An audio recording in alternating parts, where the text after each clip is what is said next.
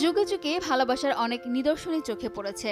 লাইলি মজনু, সিরি ফরহাদ এরকম আরো অনেক উদাহরণ ইতিহাস হয়ে আছে। কেউ কেউ ভালোবাসার জন্য নিজেকে করেছেন দান, আবার কেউ বা হয়েছেন পাগল। তবে এমন এক রাজার কথা বলবো যিনি তার বিশাল রাজত্ব ছেড়েছিলেন ভালোবাসার জন্যই। ইতিহাসে আভিজাত্যের সঙ্গে প্রেমের সংঘর্ষ নতুন নয়। দুর্দান্ত প্রভাবশালী নাক উঁচু ব্রিটিশ রাজপরিবার হাউস অব উইন্ডসের কেউ কেউ একাধিকবার সংকটে পড়তে হয়েছে শুধু প্রেমের কারণেই। এমনকি সেই প্রেমের আকর্ষণের কাছে নিমেষে ফিকে হয়ে গেছে সিংহাসনের লোভ। রাজা অষ্টম এডওয়ার্ডের জীবন যেন তেমনই এক রূপকথার গল্প। রাজপরিবারের রক্ত বইছে শরীরে, কিন্তু তাতে কি? সবকিছুকে উপেক্ষা করে তিনি প্রেমে পড়েছিলেন সাধারণ এক গৃহবধূর। না, তার রূপে গুণেও কোনো নাম ডাক ছিল না।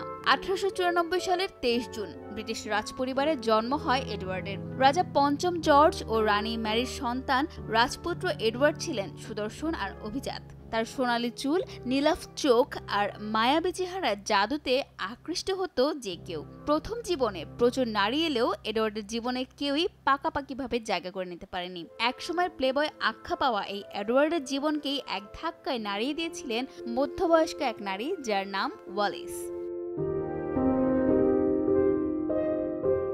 1931 সালের 10 জানুয়ারি এক বিকেলে শহর থেকে দূরে উইকেন্ড নৈশভোজে গিয়েছিলেন এডওয়ার্ড। আর সেখানেই অনেক ভিড়ের মাঝে কেতাদুরস্ত পোশাক, সাজসজ্জা আর এটিকেটে থাকা এক নারীতে চোখ আটকে যায় তার। জন্মসূত্রে মার্কিন এই নারীর নাম বেসি ওয়ালিস ওয়ারফিল্ড, বিবাহসূত্রে বেসি ওয়ালিস সিম্পসন।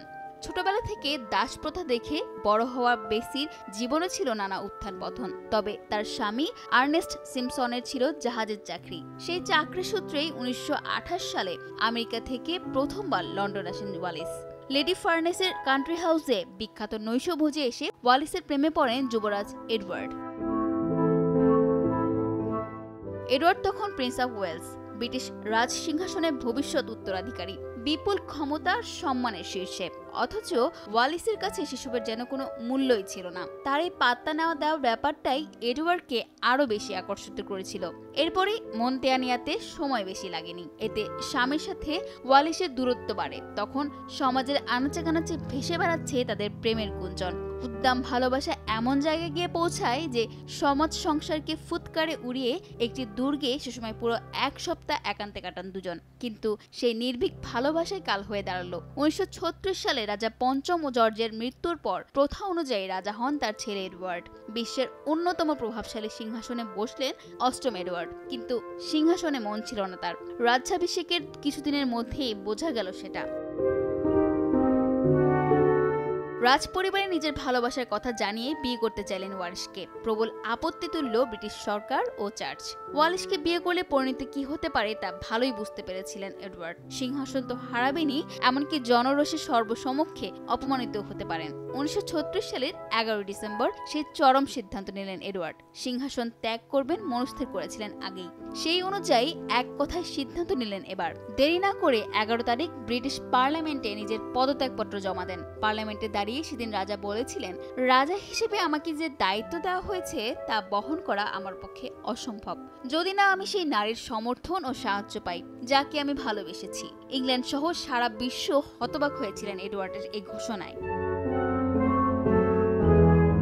ব্রিটিশ রাজতন্ত্রের ইতিহাসে সবচেয়ে কম মেয়াদী রাজার তালিকার শীর্ষে রয়েছে রাজা অষ্টম এডওয়ার্ডের নাম। বাবা পঞ্চম জর্জের মৃত্যুর পর 1936 সালের 20 জানুয়ারি রাজা হয়েছিলেন এডওয়ার্ড। মাত্র 326 দিনের মাথায় সিংহাসন ত্যাগ করেন তিনি। পদত্যাগের পরের দিনই ইংল্যান্ড ছেড়ে অস্ট্রিয়ায় চলে যান এডওয়ার্ড। 1937 সালের 3 জুন ফ্রান্সের এক দুর্গে খুব গোপনে সাধারণভাবে বিয়ে সারেন এডওয়ার্ড ও ওয়ালিস। এরপর সারাটা জীবনে প্রেমিকাকে নিজের মতো করেই কাছে পেয়েছেন, আগলে রেখেছেন এডওয়ার্ড। ফাতেমা আইনি, সময় সংবাদ, ঢাকা।